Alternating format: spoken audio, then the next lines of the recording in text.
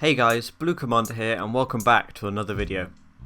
Today I've created more TNT without any mods. To get these TNT in your world, you need to install the resource pack and the data pack in the description of this video into your world. For more information, just check the end of the video. So as I'm pretty sure most people know how to do, so I'm going to do the features first, but if you don't, as I said, just check the end. Anyway, let's get on with the TNT. So I'm on a brand new world right now, as you can see, and in chat we have two options. One to get the TNT instantly, as you can see it goes straight into my inventory, but we don't want to do that. So there's also an option here which gives you the instructions on how to craft them all. So I'm going to quickly craft them all now.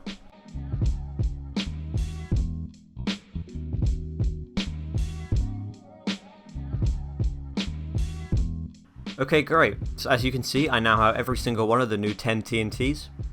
But first let's quickly look at what the normal TNT does. So as you can see, if I quickly set this alight, nothing special happens, it's just, quite a small explosion. So we're going to change that with these new TNTs. But first, I recommend you turn tile drops off, as you can see all the items here. It's going to save a lot of lag, so I recommend it if you're just going to go in creative or play with these. Okay, so first, as you can see, it's called the Arctic TNT. So what I recommend you do here is, let's find a good spot. That's fine, I'll just put it here. So if we place it down, as you can see, it's got these nice cool particle effects coming off it. And if we just set the skylight,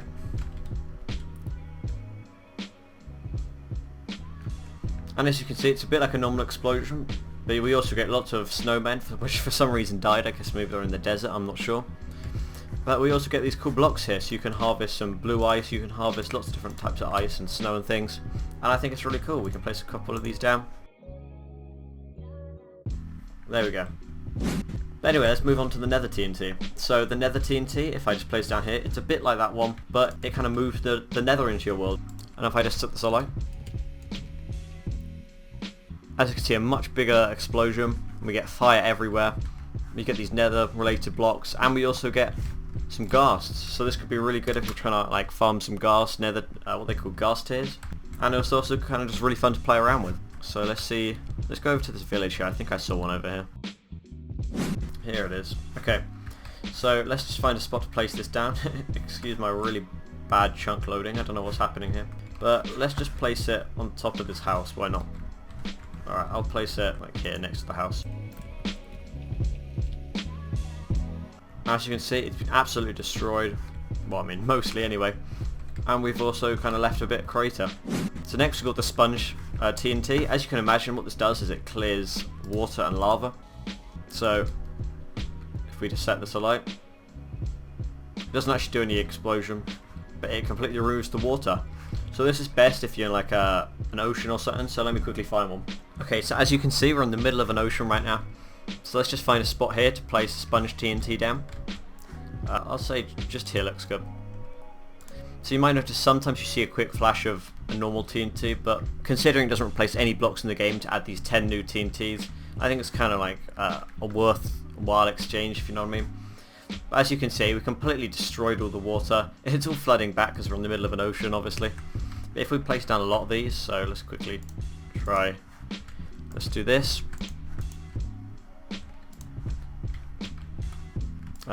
Maybe one more. Okay, that looks good. Hopefully I can set these all off in time. Is that? Oh no, I missed one. And as you can see, it's completely destroyed all of the water nearby. So yeah, this one's really useful if you're trying to get rid of water in an area. Maybe you're trying to clear out the water near what they call a guardian, the one that shot the guardians in. So maybe you're trying to clear that one, or maybe for example shipwreck, maybe we're trying to clear out the shipwreck. Or if you're trying to swim underwater, it could save a lot of time without having to get breathing potions or anything like that, or having to keep going to the surface.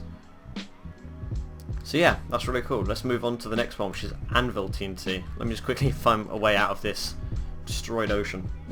Okay, so right here we have a nice little forest. If I haven't mentioned already, we're kind of getting progressively more and more OP and strong.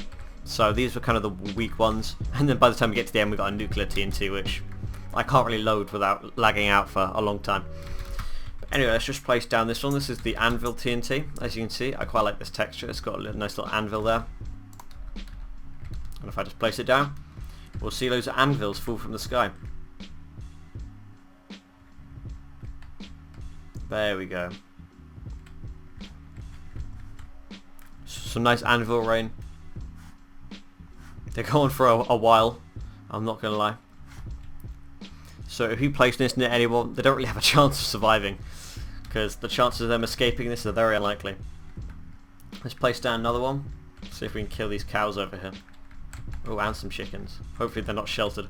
Okay, let's see if we can get these guys. Don't you run away. You've got to take the abuse, I guess. Come on, we've got to get one.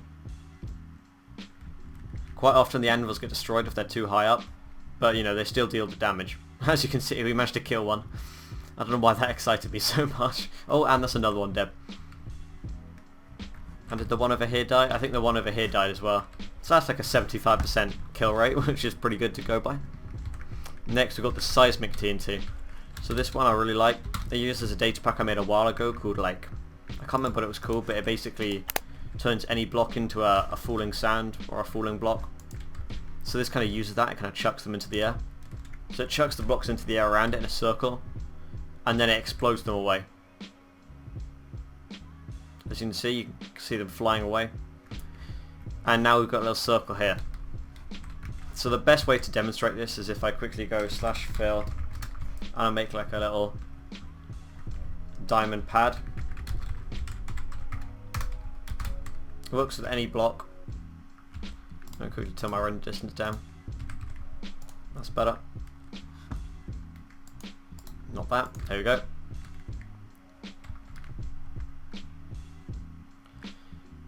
And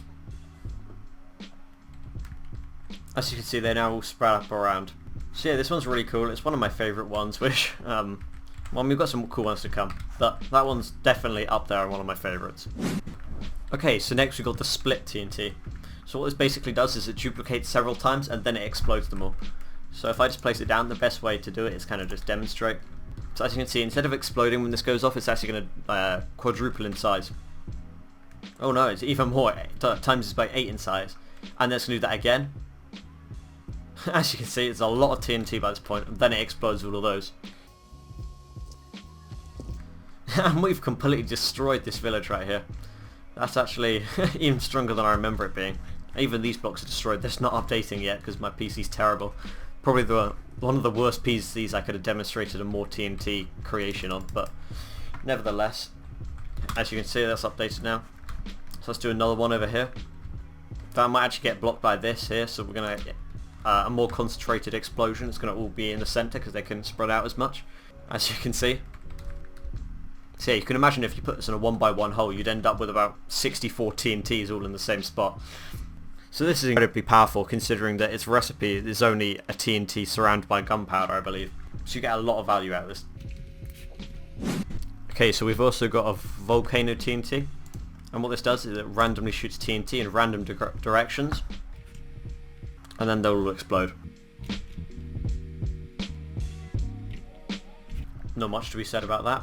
Let's just do another one closer to this iron golem here, if he doesn't run away. So yeah, that's what we did before. Let's see what we can do this time. And there we go. So everyone, next we've got the chain reaction TNT. So if I just place this down right now, as you can see it says chain on it. There's some kind of strange looking particle effects coming off it.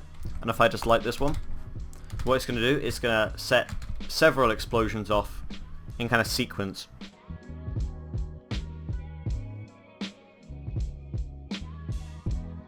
And as you can see, it does a pretty big explosion. So I can't fully remember how many it did, but I think it does about 20. And as you can see, it's a completely different explosion to this one.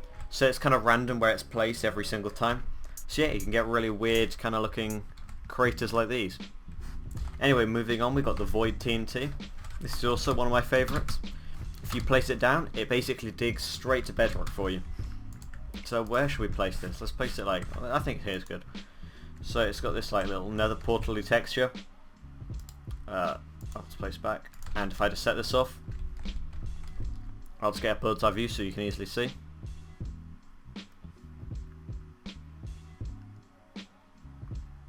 As you can see, it's now digging all the way down here.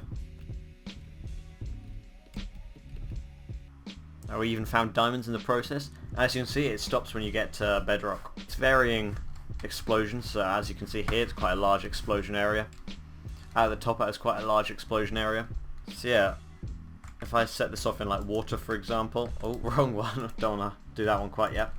But if I set this off in water for example, the initial explosion isn't going to work, but all the ones underneath are still going to work. So as you can see, it's kind of useful for digging down in water too.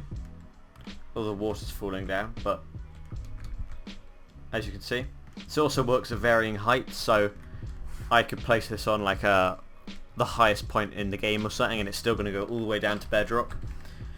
So I guess the higher you place it, the more damage you're going to cause with one TNT, so it's better to go higher. And finally we have the nuclear TNT, so open plane like this one. This one seems perfect. And what this basically does is it causes a massive explosion.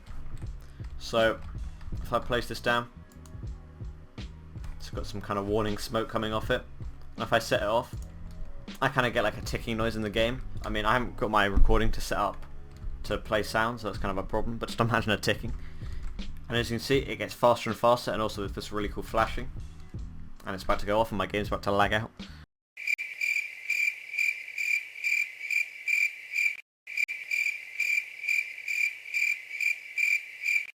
Nope, still not done. There we go. I think it's finished now. Eventually, after I walk off and come back.